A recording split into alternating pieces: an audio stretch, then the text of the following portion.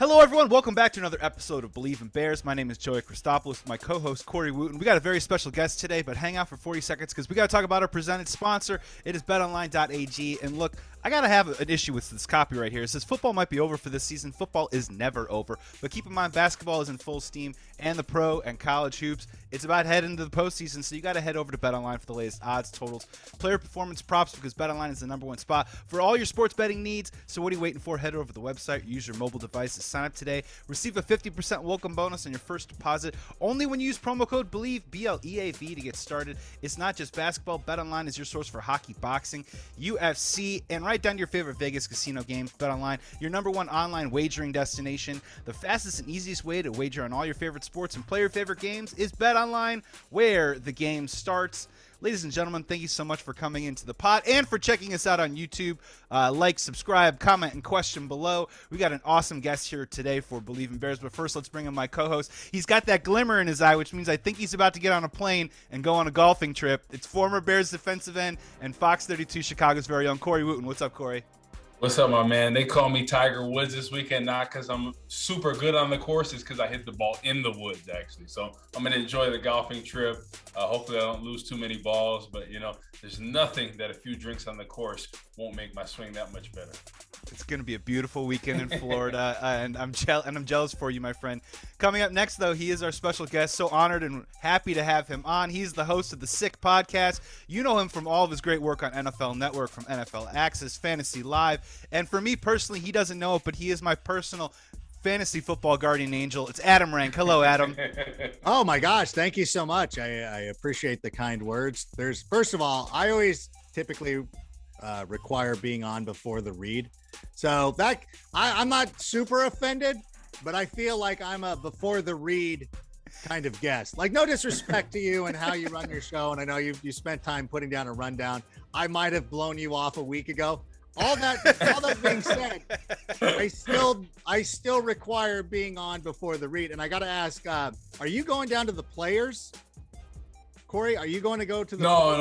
I wish I was going down there. I'm down in Fort Lauderdale. So you're going to actually play golf? Yes. Yep. Not to go watch John Rahm miss a bunch of putts, something like that. I will. Let me tell you something. The last 2 rounds I've played, I have not lost a single ball. That's pretty good. Full 18? Full 18. Okay. I played 2 9s, but yeah, I have not lost a single. Now I've jinxed it. So the next time I play, I'm going to lose like 30. But but here's my question. I feel like that's even par. Like, it's how many balls? Yeah. Like, how many balls? Like, what'd you shoot today? I'm like, I'm even. 1 ball, 1 tee. Like, that's it. Like, that's a win. That's a win all day. Those Pro V1s, they add up. They add up. I'm sorry. Hold on. Can they see me? Can everybody see me? Yeah, we can see you on video right now. We can see you live and in charge. Strickson. Strickson. Okay, Brooksy. Okay, Brooksy. Before Brooksy, by the way, I'm the one who made it cool. So Brooksy felt comfortable joining the Team Strickson. Me and Sasha Vujacek, we were carrying on Graham. Like, we got Graham, Hideki. We have Shane Lowry, some cool people. So I play with the Stricksons, and I got an Eagle with a matte finished ball because the course wasn't great. And I'm like, I'm going to use one of these. One of the ones my kids got me for my for Father's Day last year, and got an Eagle with it. And I'm like, I'm embarrassed to show everybody this is the ball that I was using, but at the same time, I got an Eagle, so I don't care. Because I usually I shot a 90 yesterday, and I was okay. Golfer, baby. That's good. That's what I felt okay with myself. I was yeah. So you walk away with 1 ball. What are the strengths of your game in golf? You know what? I was going to say my putting, but that actually cost me like 30 strokes yesterday. I kept getting into the sand, like fairway bunkers. I was doing a lot of green side bunkers. And here's the thing, when you're at art, or at least at my skill level, you can't get upset. Like, if you pipe a shot, you're like, oh, I stroked that, and it lands into the green side bunker, or you drive it into a fairway bunker off the tee. You're like, okay, I'm not Roy McIlroy. If I hit it well and it just landed there, so be it. I'm just not great. I'm like Victor Hovland. Like, if Victor Hovland was an amateur, that's how I am getting out of the sand. And for Victor, like that's your job. Like it makes sense that I'm not good at it. Like there's so much to work on. And people are like, do you work on the sand? And I'm like, no. Like, where am I going to go to work on the sand? Yeah. Like, I don't have a bunker out of my green belt. That's just like I'm gonna take sandbox. You could do that. I guess. I don't know. Go to the beach.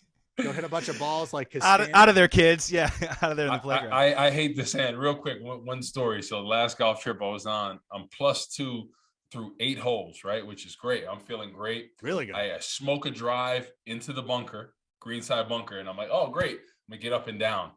Took me 6 strokes to get out of the bunker. Oh no. I ended up with a 10 on that hole. I was like, that's killed me. It killed me. I still ended up with a 90 in that round, but imagine if I would have got out of the bunker in one shot, take away 2 7, putted, 3 putted, then we're talking different story. So, but yeah, the bunkers I hate the bunkers. It gives me nightmares. I try to avoid it. Yeah, same here. Yeah, after the 6th shot, you're pretty much digging yourself out of a hole at that point. You're just digging deeper. At that point, I said whatever, and I just hit at it, and the thing popped up, and I'm like, that's what I got to do. Just stop caring about it, go up to it, and just whack at it and see what happens. Yeah. Well, we have NFL Network's Adam Rank here on the pod. Now that he's on the pod, another ad break. I'm kidding. We're gonna move on. We're gonna talk some NFL right now. And before we get to the Bears, if you don't mind, let's weigh in on some broad NFL stuff real quick. I mean, it's a busy last couple of days. If we were at a restaurant right now, I'm gonna bring out 3 cuts of meat for you. Okay. 2 of them are a fine cut. One of them is a plate of bologna, and I will let you pick which one you want to talk about. Aaron Rodgers returns to the Green Bay Packers. Russell Wilson gets traded to the Denver Broncos. And Carson Wentz gets traded to the Washington Commanders. Out of those 3 stories, what's kind of been rattling around in your mind the most last couple of days? You know what? Very quickly on Aaron Rodgers, this does not impact our life in the least. And I'll tell you why. He's been there for 15 years. Like, it's like you can't be upset. Like, if you drive a Toyota Tercel and you're going to drive it for another, like, you know what your life is going to be like. Like, we've already had to deal with this. Aaron Rodgers doesn't impact us. Aaron Rodgers is going to go out there. He's not going to throw any interceptions. He's going to win a lot of regular season football games. He's going to go to the playoffs and he's going to lose. Who cares? Russell Wilson out of the NFC. This is actually probably more significant for us, but probably not so much. But you know what? Fine. Go play in the AFC. Go play with the Denver Broncos. I had Jerry Jeudy in a dynasty league. So that was very helpful for me. I was very appreciative of that. Thank you, Denver, for going out there and getting that situated. The one thing that I actually want to talk about is Carson Wentz.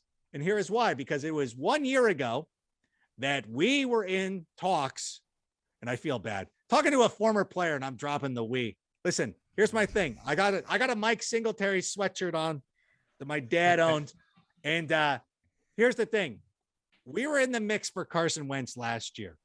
It is so nice to sit here and watch all these teams scrambling. Like, are we going to trade for Jimmy Garoppolo? Is Mitch Trubisky the answer? Like, paying $26 million for Carson Wentz? How refreshing is it not to have to deal with that?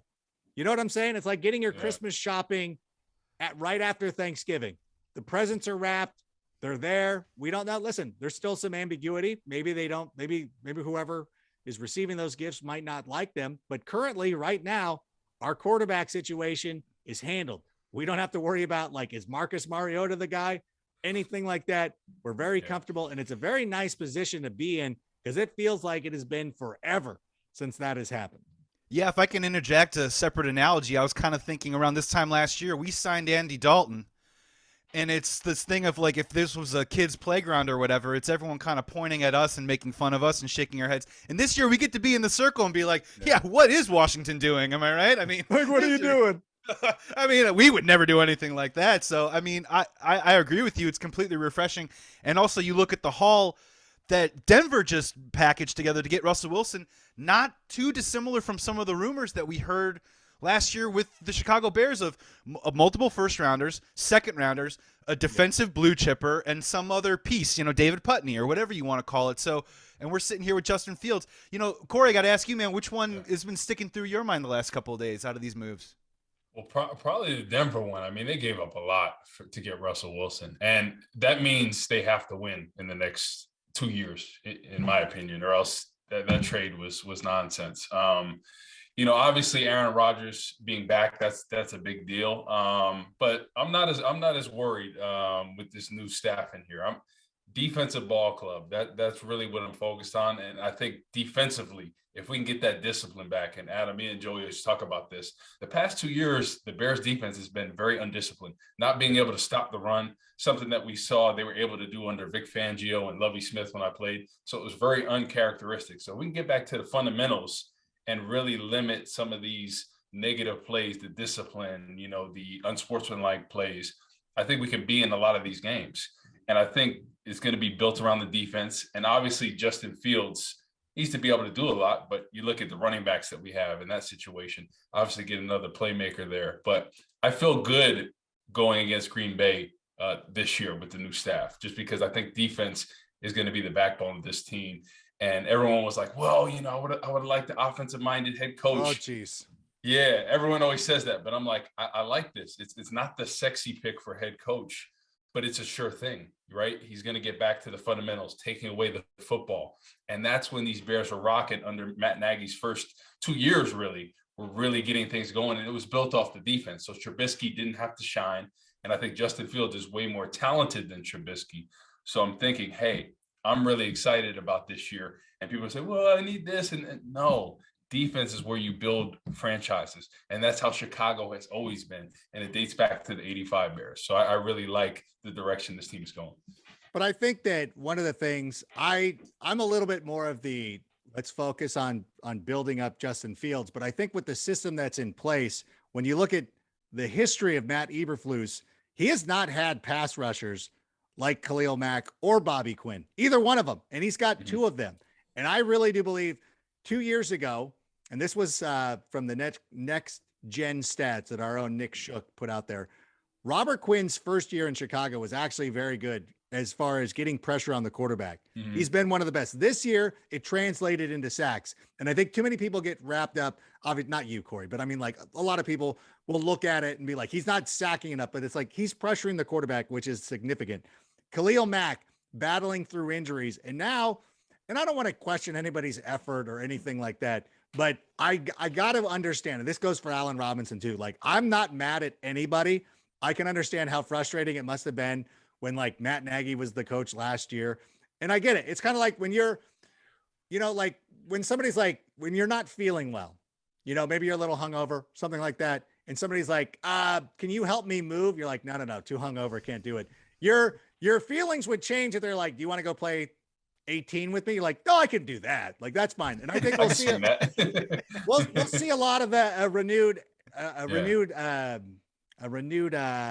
not interest, but like, there's going to be you're fired up again and you're ready to go. And I think that what I really like with the way that the Bears are constructed defensively is that they're good at all three levels. The defensive line is going to be excellent with Quinn and Mack. Roquan Smith, we know how good he is. We know how good linebackers who have played his position in Matt Eberflus's defense have been. And then I love Jalen Johnson and I really like Thomas Graham. I think that this team is pretty set up. I don't think we need to chase anybody in free agency or anything like that. I think we're closer defensively than a lot of people are giving this credit for.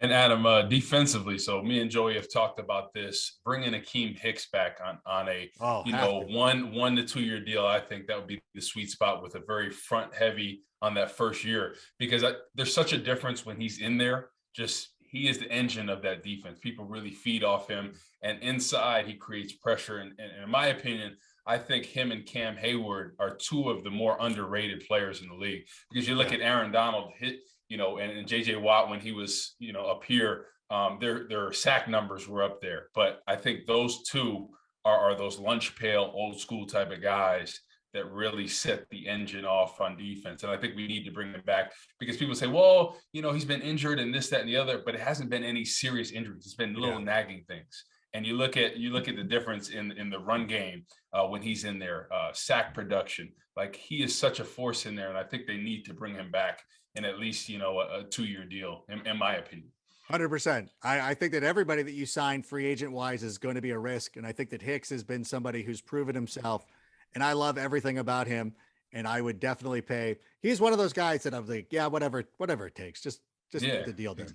Exactly. Just because he's such a great influence on everyone there. You talk about younger guys and a guy like Eddie Goldman, Joey, that we talked about. That's kind of coming off not his best year, right? Paid him a lot of money, and we kind of need him to step up. So maybe a guy like Hakeem Hicks being back, him kind of being a mentor for him, really stepping up and elevating his game in there. Well, Corey, and wouldn't you also agree that, when you're talking about moving over to an Eberflus defense, we talked a lot about how last year was 2-gap, and if you move to 4-3, it's more 1-gap, correct? And if we're going to talk about how Roquan Smith does or does not fit, there's a lot of, can Roquan Smith, the best athletic and most talented defensive player, have success next year? It's kind of a silly conversation, but wouldn't having a guy like Akeem Hicks up there, kind of taking that pressure off of him to allow him to go sideline to sideline, allow him to plug the run? I mean, doesn't that go hand in hand a little bit with taking that conversation away? 100%. And I think Akeem Hicks and just like a guy like Khalil Mack and Robert Quinn, they have flexibility, right? We can give different looks, different fronts. They could play a 4-3. They could play a 3-4. So I think there's so many things that they can do and utilize. And I think it'd be great. Roquan, I think, is a rising star in the league. I think he's going to be a Hall of Famer one day if he stays healthy, knock on wood. But I'm excited for the defense. Obviously, there's some positions on the secondary we got to get situated, and hopefully we'll see a resurgence from Eddie Jackson. I think that will reinvigorate him. A new staff being there, something new. Because he played really well under Vic Fangio, and then it kind of slacked off a little bit. So I'm hoping, with this new defensive-minded ball club, that we'll see a resurgence from him. NFL Network's Adam Rank here on Believe in Bears. Let's just roll it over to free agency. It's only a couple of days away before teams can start negotiating. Let's just start broadly, and then we'll kind of zero in on the specifics. Adam, in your opinion, Ryan Poles talks a lot about second and third wave free agents. In your opinion now, after the first maybe couple days of free agency, what can Bears fans are going to be able to look at this and say, hey, we've got one huge signing under our belt, or are we still going to be kind of maybe waiting to see what's going to come in, after that first big flurry happens? I think there's going to be a number of signings that we make that we'll probably end up getting roasted for, and people will take their little jabs because there's nothing really out there right now that's sexy. A lot of the big name wide receivers have already been locked up. Devontae Adams, obviously, Chris Godwin, Michael Gallup appears to be locked up as well. Mike Williams is another guy too. But when you start looking at some of the receivers who are going to be available, there's going to be guys like Cedric Wilson who are available, who to me, this isn't me. This was George. This was Berlissimo. He was like, he's like a fast Marty Booker. And I'm like, oh, okay. Now that all makes, I'm like, yeah.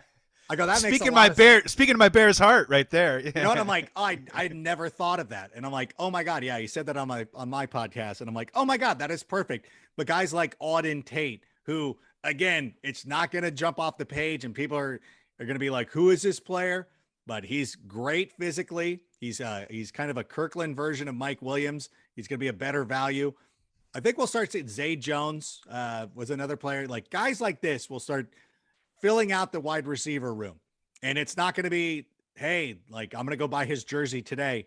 But it is going to be when you start looking at it over the course of free agency and leading into the offseason or leading into the regular or training camp and the regular season, everybody's going to have a role. And I think that you got to look at it kind of like a deep dish pizza. Like singularly, the onion might not make sense, but it's part of something. And that's what we need. And I've been hesitant to wanting to add MVS. To me, that always feels lazy. But at the same time, like we need somebody who can stretch the field. We need somebody who can get it down there. You can't put Danny Trevathan on him and expect him to be covered. You gotta commit somebody to MVS when he's on the field. So I think we're going to see a lot of those kind of signings, both on the offensive line at the wide receiver position. It's not going to be something that blows you away, but I think it will go towards building a roster that can compete with the Green Bay Packers. So what do you think about the possibility of Allen Robinson coming back on a one-year deal? New staff, new regime. Obviously, he had the falling out with Matt Nagy. It's kind of a clean slate. I think he's liking your tweets. He's liking your tweets, Adam, too. I'm telling you, listen, like that. Our producer on the podcast, he's like, hey, can I make note of that? I'm like, it's public record. It's not like he DM'd me. Like he looked. I agree. He saw that. Yeah. Now, did he read the whole tweet and say like, I hope he comes back to the Bears and do that? Or was it just the, like, he's still a great receiver, he stopped reading? It was whatever it is. I don't care. Like I'm not mad at Allen Robinson. I am going to support him wherever he goes next season. Hopefully it's not Green Bay. But you look at the landscape, you look at all the receivers who've been locked up right now. Having a player like Allen Robinson is a premium. I would definitely want to bring him back. The biggest competition will be from playoff contending teams. If Buffalo decides they want to go out there and acquire another wide receiver, I know they're letting Cole Beasley go out there and do his own research on available wide receiver positions. New England is also a team that could use a wide receiver like Allen Robinson. That'll be very hard to compete against because those teams are playoff contenders right now. They're ready to challenge for the Super Bowl. Allen Robinson would have to really buy into the system, really want to buy into Justin Fields. Is he there? I hope so. Do I think it's going to happen? I'm not completely optimistic, but I would be very welcome to it. And I hope that he is a member of the Chicago Bears heading into the next season. Yeah, and if either of you guys want to weigh on this too, and maybe Corey, if you want to go first, how big of an obstacle do you think it is that we did franchise him last year for, I believe, it was $18 million? And, Corey, for playing in the league, coming back and having to take less money with the same team. It's not exactly the same as taking less money somewhere else, right? Because you feel like they still value you and you come in and you get your shot. Is that big of an obstacle for a guy pride-wise, or what's your take on that? I don't think so, because I think he realized his production didn't match what it was the prior year. So that's what got him that franchise tag. I just think everything was between him and Matt Nagy. I don't think it was with the Bears staff besides him. I think it was just him and Matt Nagy had that falling out. They didn't talk for almost a year or whatever it was. So I'm just hoping that, listen, he's like, I can maybe make, a little bit more somewhere else, but let me go where I'm familiar, where I've had very productive seasons, right? I have a rising quarterback in here. I got another receiver in Darnell Mooney. I got a great running game. We got this new staff. Look what we can do defensively. So I'm hoping that he looks at the bigger picture. But he's got a bad taste in his mouth from last year. And I'm just hoping that, he can wipe that slate clean and be like, okay, this is something different. Let me not let the past, affect my decision-making now. So I would love to have him back. I think he realizes wherever he goes, he's going to get less money than $18 million. I think that just is what it is. But I'm just hoping he takes a chance, because I think Justin Fields is going to be a star. And I think with the right coaching staff, and I'm hoping Luke Getsy, with his experience with Aaron Rodgers and being able to script plays for success for him, get him on the move, get him more comfortable. And that's why I get excited, because Aaron Rodgers, you look at his career, and I know Luke Getsy didn't exactly call the plays in Green Bay, right? But Aaron Rodgers is so effective on the run, just like a guy like Justin Fields. So I'm hoping he could see that and script some of those plays, get him confidence, rely on the run game, and then we could be able to open up that passing package. And then halfway towards the end of the season, he's really letting it go, some of those deep shots down the field. Yeah, and Adam, just in your opinion, Allen Robinson, scars of the past, do you think that is a big deterrent for him coming back, or is it a little bit more of the market out there for him? Because all of a sudden he kind of is the best wide receiver hitting the market next week. No, that's a huge thing too. And if somebody comes in with an offer that's going to blow him away, he's definitely going to take it. Again, the teams that concern me, Buffalo, New England. I do like the fact that Allen Robinson loves the NBA and he loves he loves the Bulls. I wish we would lean on the Bulls a little bit more to do some recruiting for us. Courtside, baby. hey, Zach, can you kind of get him down on courtside and kind of hey, show him a good time, do all that kind of stuff. I do like the fact that Matt Nagy returned to Kansas City, so that takes one team out of the mix. He's not going there. That's true. So that was because I always thought about that too. I'm like, oh, he's be great in Kansas City. I'm like, oh, not anymore. But I don't think, there's not too many, I don't know. I know he's a Detroit guy, but it's do you really want to go? If you have a choice between the Lions and the Bears, who do you think actually has a better future? I don't know what Lions fans are talking about, where they're always hey, we're on the rise. I'm like, oh my God, you guys you're doing this again. They're really invested in this whole resurgence. And I pray for them, because it's a lot. I'm with you. Jared Goff is still your quarterback, right? And everybody's like, well, the Rams won a Super Bowl, or the Rams went to a Super Bowl. I think we've proven that maybe it was, Sean McVay who's helped. You had Matt Stafford forever, never won a playoff game. Matt Stafford goes to LA, goes and wins the Super Bowl. By the way, as many NFC championships as Aaron Rodgers now, as many Super Bowls as Aaron Rodgers now. And I just wanted, I don't know if anybody's pointing that out enough, but I think that needs to be addressed. Tom Brady. So like, look at the Mount Rushmore of guys who have won one NFC championship. It's Tom Brady. It's Matt Stafford, Rodgers, and Rex Grossman, who's right here. There he is. Oh, beautiful. Beautiful. And Russell Wilson too. Russell Wilson. He's won 2 though. Yeah, 2 of them. Yeah. 2 NFC titles. Oh yeah, two. Yeah. I'm sitting here and I got Cutler and Grossman next to each other. I don't know.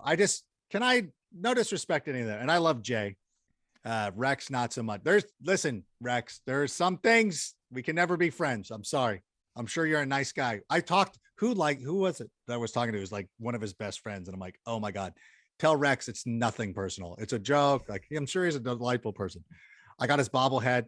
It's not that bad, but I just want Justin just to take that step forward. And I really do believe it. And everybody, listen, if you're following me on Twitter, and I don't care if you do follow me, and you say the Bears need a quarterback, that's a blockable offense, in my opinion. And I've put up with a lot of stuff, but you start talking bad about Justin Fields, that's a blockable offense to me. And the Bears weren't blocking enough for him last year. And I think that's going to change this season. So I'm hopeful. I don't know why I just went down this rabbit hole. Well, it's a great now. Yeah, it's a great transition. We got a couple topics there left with Adam Rank before we get out of here. And I did want to maybe switch it over. And I want to kind of phrase it from a fantasy perspective, right? Because we've already we've canvassed the crime scene of what Matt Nagy did to Justin Fields last year, from the 5-man protection against the Browns to the Bucs game, yada, yada. But I want to ask you from a fantasy perspective about a couple of Bears, and let's start maybe with Justin Fields. Just as it stands right now, I know, no free agency, no draft, long way to go. In your opinion right now, is he a top 15 play right now? Can you see him be maybe top 12 some weeks? Can he be top 12 by end of season? Where do you kind of handicap his value right now in fantasy football? I will tell you that the consistency of the fantasy quarterbacks for guys like Jalen Hurts, who, if you watch Jalen Hurts last year, I like Jalen Hurts.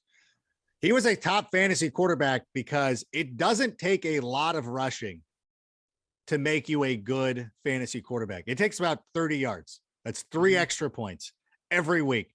And listen to me. This is another thing. This is another blockable offense. Justin Fields is a pocket quarterback who can run and is very fast, but he's a pocket quarterback by trade. It's what he does. You know what? Dave Grohl can play the drums.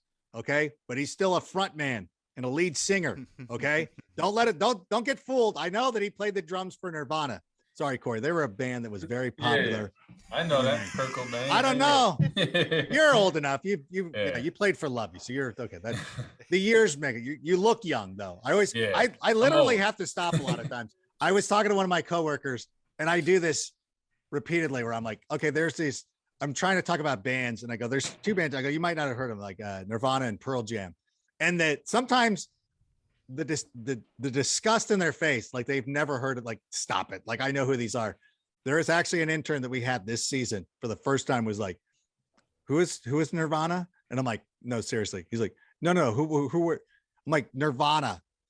Like Dave Grohl's original band. He was the drummer. He's like, oh, is it like an up and coming band that I'm like, bro, it was one of the, forget it. The naked baby in the pool. And they have a shirt. Everyone and their mother has that shirt. Like everybody Target. That's the thing. Yeah. Yes. You should at least know the t-shirt. That's a great call, Corey.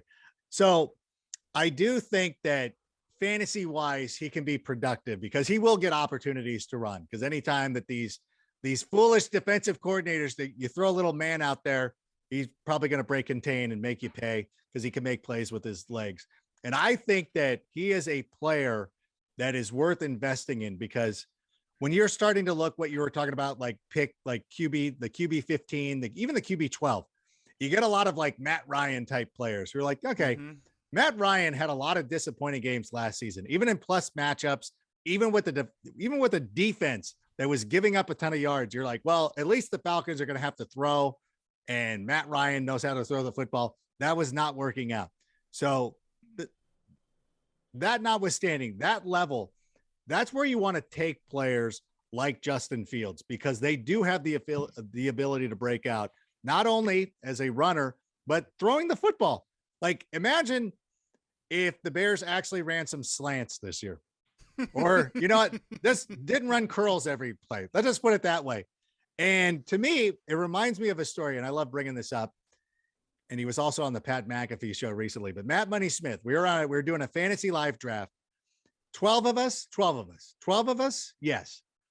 I was the only one who didn't have a quarterback. Last round, didn't have a quarterback. And Matt Money Smith, if you're familiar with him, it's like, hey, Rank, see, got no quarterback there. So I don't need a quarterback, but I'm going to take Phillip Rivers, buddy. Good luck. Good luck at the quarterback position now. What are you going to do? And I decided, I take Phillip Rivers. I'm taking this guy, second-year pro, made one start the previous year. I'm going to take Patrick Mahomes. Good luck. Good luck with that one.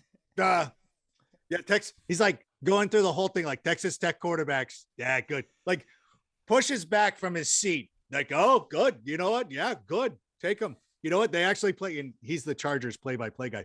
They play the Chargers week 1. I can't wait. You know, I might even start Phillip Rivers that week just to spite you. And I'm like, do what you got to do, Matt. And then I don't know if you remember that game. I think Patrick Mahomes threw for 5,000 yards in one game. Destroyed the Chargers. He had like 5 touchdowns in the first half or something like that. Wasn't it something weird? Insane. Yeah, it's something weird. He was so good. And so I'm not guaranteeing that's what Justin Fields is going to do, but he has that kind of ability to go out there and do that. So don't be the person, like, draft another quarterback, but Justin Fields should round out your roster for sure. Well, and if you're in a league with a bunch of Chicago people, he's going to go 6th round. So you don't have to worry. You know what I mean? Like, someone's going to jump up and homer that thing. But, I'm with you. I think there's going to be some weeks where he's going to be able to be top 8, top 10. But the overall package at the end of the day, you might have to mix and match a little bit. Corey, hop in.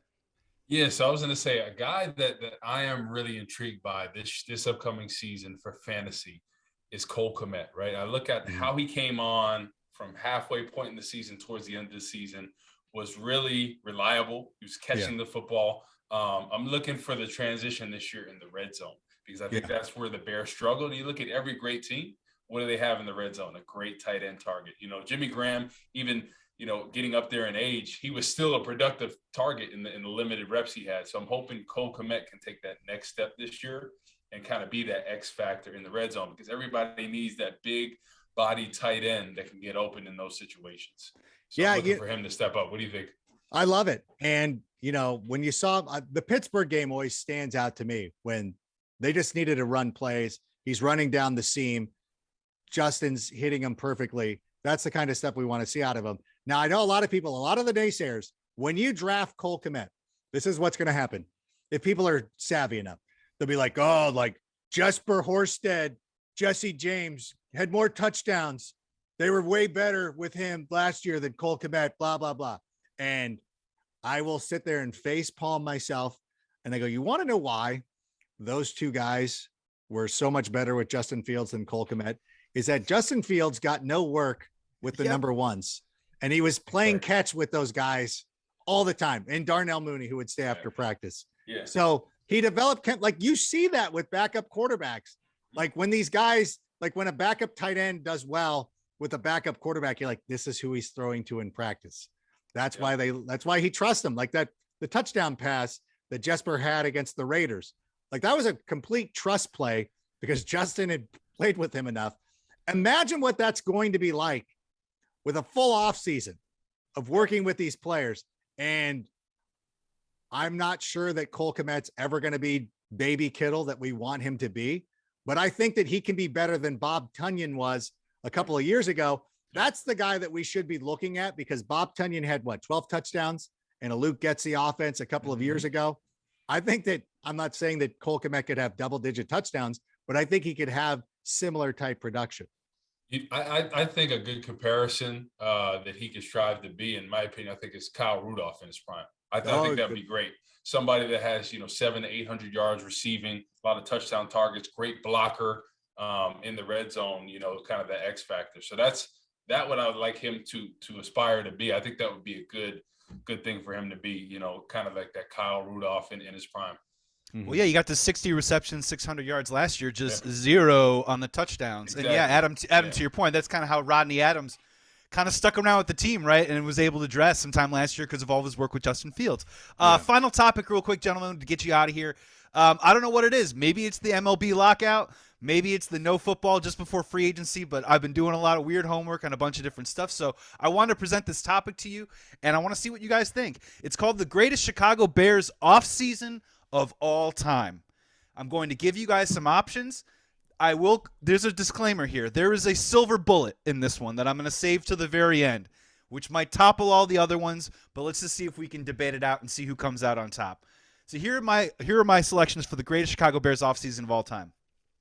1975, Walter Payton gets drafted. Period. End of sentence. Moving on. 1983 Bears draft. Jimbo Covert, Willie Gault, Dave Dwierson, Tom Thayer, Richard Dent. Late in the draft. 2003, they draft Briggs, Tillman, Rex Grossman. First round, Michael Haynes. Maybe that gets get knocked down a little bit because of Michael Haynes in the first round there. That's 2003. 2004, they draft Tommy Harris. They sign Thomas Jones. They sign John Tate. They sign Reuben Brown. That's a pretty good year. 2009, just for the sake of it, they trade for Jay Cutler. They draft Henry Melton. They draft Johnny Knox. 2010, they draft Corey Wooten, the Favre killer himself. They sign Julius Peppers. They draft Major Wright. They draft Jamarcus Webb. And then my final selection was 2018. I mean, let's be real.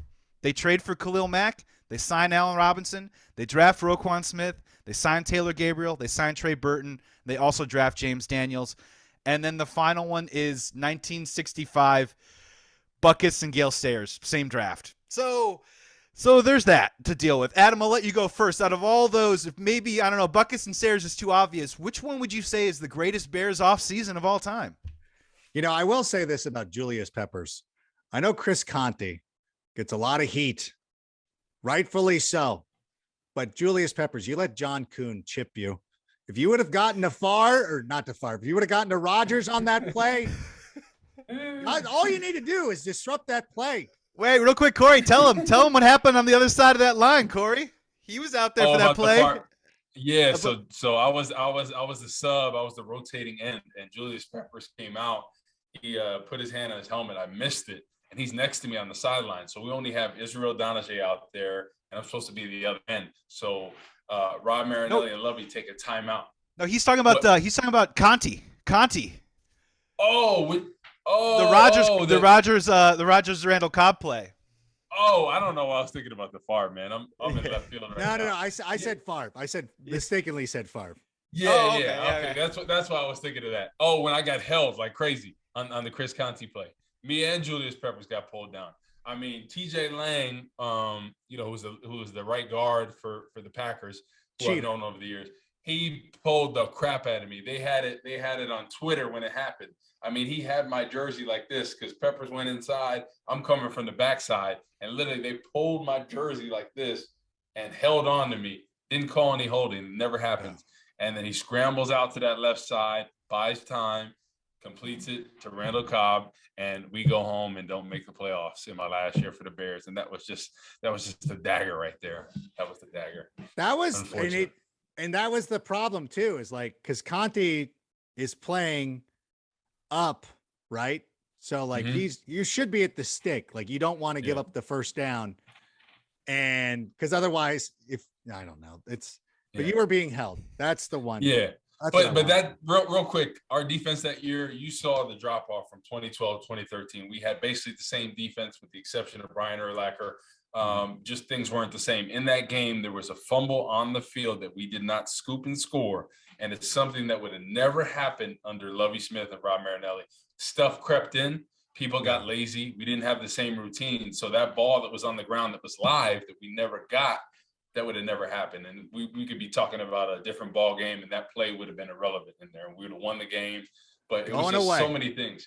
Yeah. Went from top 5 to dead last in defense in one season.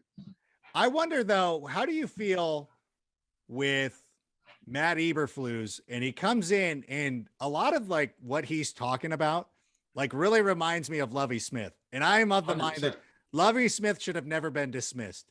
But I am really excited for Eberflus. And again, going back to the defense, I think that's where the biggest change is going to be.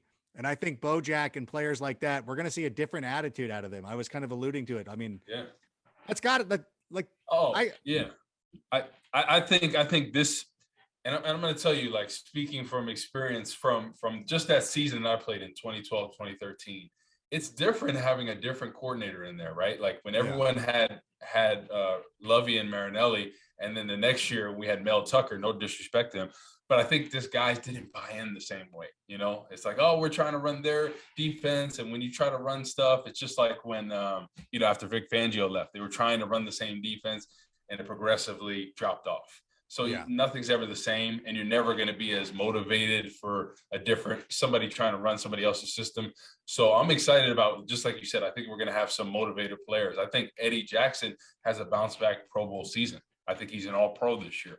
I think it is really going to reinvigorate his career.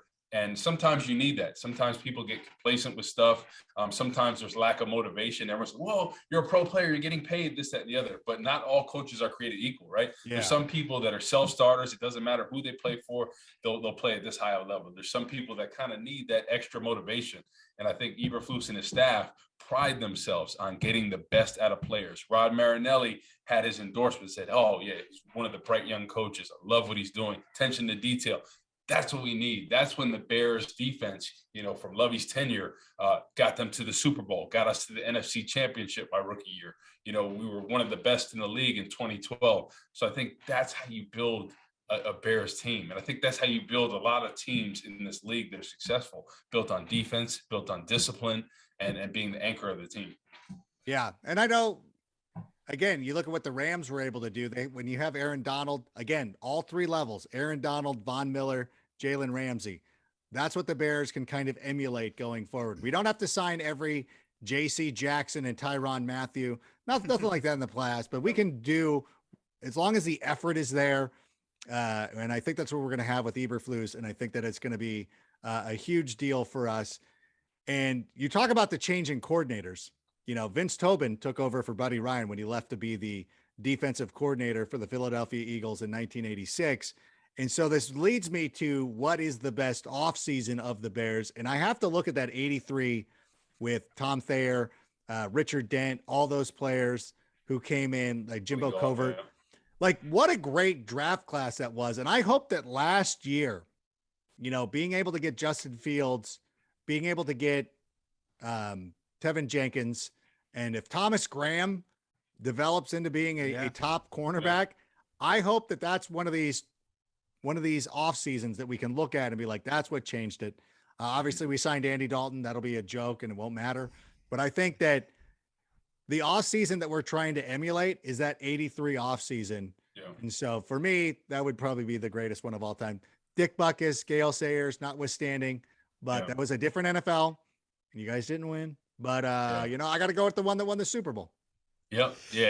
I got to agree. 83 for sure. But I'm looking forward to when the Bears actually have a full draft where they can start with the first round pick, go all the way down, because now it's kind of up in the air as far as that. But I'm looking forward to the new staff and new regime having a true first rounder they can pick and develop a second rounder and et cetera. So looking forward to that, because I think the future is bright in Chicago. I like all the pieces they have to the puzzle right now. And now it's all about developing that talent. That's the biggest difference you see between teams that are really good. Like Green Bay has been really good because they've drafted well and they've been able to develop well. Same thing with the Patriots. It's about putting your players in a position to succeed, right? And you look at the Patriots for years, they had wide receivers that were cut from this team. You're too slow. You're too this. You're too that. Rob Ninkovich, right? Defensive end that was cut from like 7 different teams. Oh, you're too slow. You can never play off the edge of this. And he's one of the best players out there for the Patriots, interceptions, sacks, tackles for loss. So you just have to put your guys in a position to succeed. Yes, there are more talented players out there, but you have to get the best out of them, put them in the position to succeed.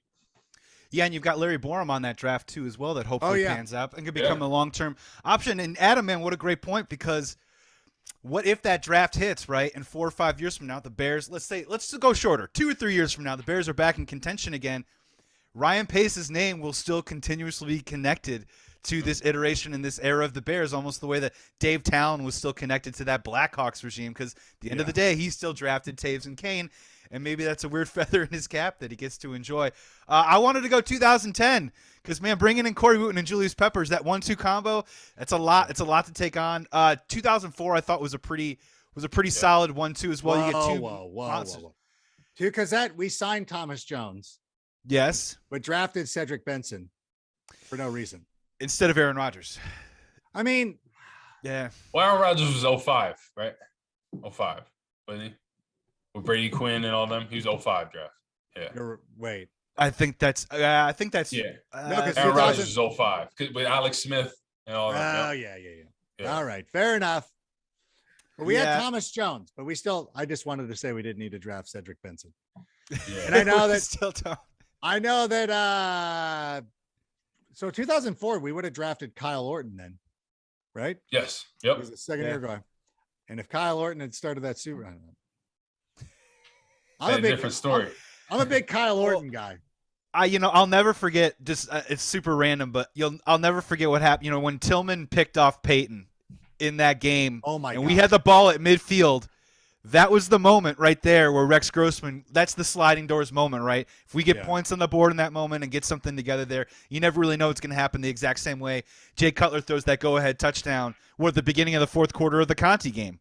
And he could have been the hero, right? He could have been Jay Cutler beats the Packers and wins the NFC North. It doesn't always work out like that, and that's Chicago Bears quarterback history for you, pretty much. I mean, Jim Miller gets slammed into the ground, If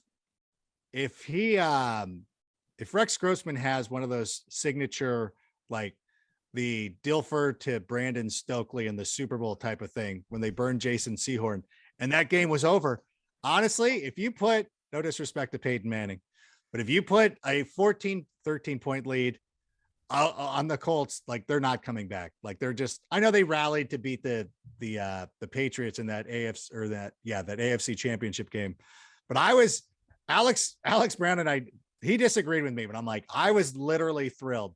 Of all the teams they could have played, I'm like, I'm glad they're not playing the Patriots. I'd rather play the Colts. Like Peyton Manning's history. And by the way, you talk about sliding doors, is Marlon McCree. So Marlon McCree intercepts Brady in the AFC divisional round game and then keeps running instead of falling down. And Troy Brown knocks the ball out of his hand.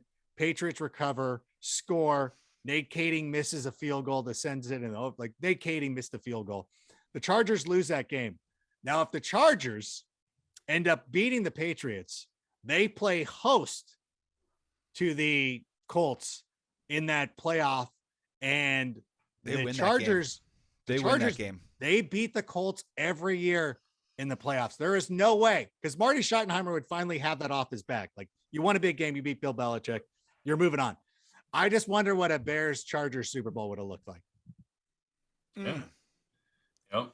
LT versus Thomas Jones. I mean, I don't know. I also wonder in 2010, my rookie year, when last game of the season, right, we played Green Bay, and we're playing at Green Bay, and this game for them, they have to win to get in the playoffs. If we beat them, they go home. They don't make the playoffs, right? Yeah. And we kind of played it like passive aggressive. We played the starters for a little bit, and then they had the backups in there. But I wish we would have played that game like legit and tried to keep them out, because Aaron Rodgers. I mean, anytime you got to play him, we end up playing them in the NFC Championship. They beat us. They go to the Super Bowl. Play against the Steelers, which I thought we could definitely have beaten 100% at that time. I just wish we would have played that game full tilt. Because Green Bay, in my opinion, that's who we had the most trouble against, and that's the matchup I didn't like. Yeah, I don't know why. That always bugged me too. Like, why do you want these guys in the playoffs? And they ended up being the 6th seed, right? Yeah. Oh, that was. Yeah, the game was so tight the whole game, and then in the third quarter, like towards the end of it, like I pulled the starters, and I'm like, no, this is keep them out of the playoffs, because everyone in the locker room, you're like, you do not want to face Aaron Rodgers, and people always argue all the time about what's the greatest quarterback or who you don't like to face. 99.9% of people would say Aaron Rodgers. He gives you the toughest matchups, right? Because he tells his right tackle, he says, let that guy go on the inside move. I'm going to hit the corner, and then I'm going to hit somebody deep. And that's what he does. He's one of the best to do it. So I wish we would have put them away in that game, kept them out of the playoffs, and then we would have been playing somebody else in the NFC Championship, had a chance to go to the Super Bowl playing against Pittsburgh, and I think we could have beat them for sure. 100%. To be very fair, Kyle Shanahan would say, I'll allow it. I'll take on Aaron Rodgers. I have no issue with this. That's fair. At least there's one guy. NFL Network's Adam Rank. Thank you so much for coming on Believe in Bears. Really appreciate you taking the time. Great conversation. The Sick Podcast, got to check it out wherever you can find your podcast right now. Great guests all the time. George Berlissimo was on there today. All the wonderful people from the Chicago Bears community. Adam, man, thank you so much. If you can just throw out your socials, it's pretty obvious, but just throw out your socials for the audience so they can check out wherever you are for your content. Oh, thank you so much. You can follow me on Twitter at Adam Rank. If you're going to come after Justin Fields, don't bother. And my Instagram's at Adam Rank NFL. My TikTok's at Adam Rank. I'm starting to put out more TikTok because they tell me, the kids tell me you gotta be on TikTok. So I'm like, okay. Mostly it's talking S on Aaron Rodgers. I don't know why I do that, but that's what I do. That's my brand, I guess. And also, I saw an episode from you recently. Bring all the Rise of Skywalker takes your way, too, as well, right? Or is that a quick block?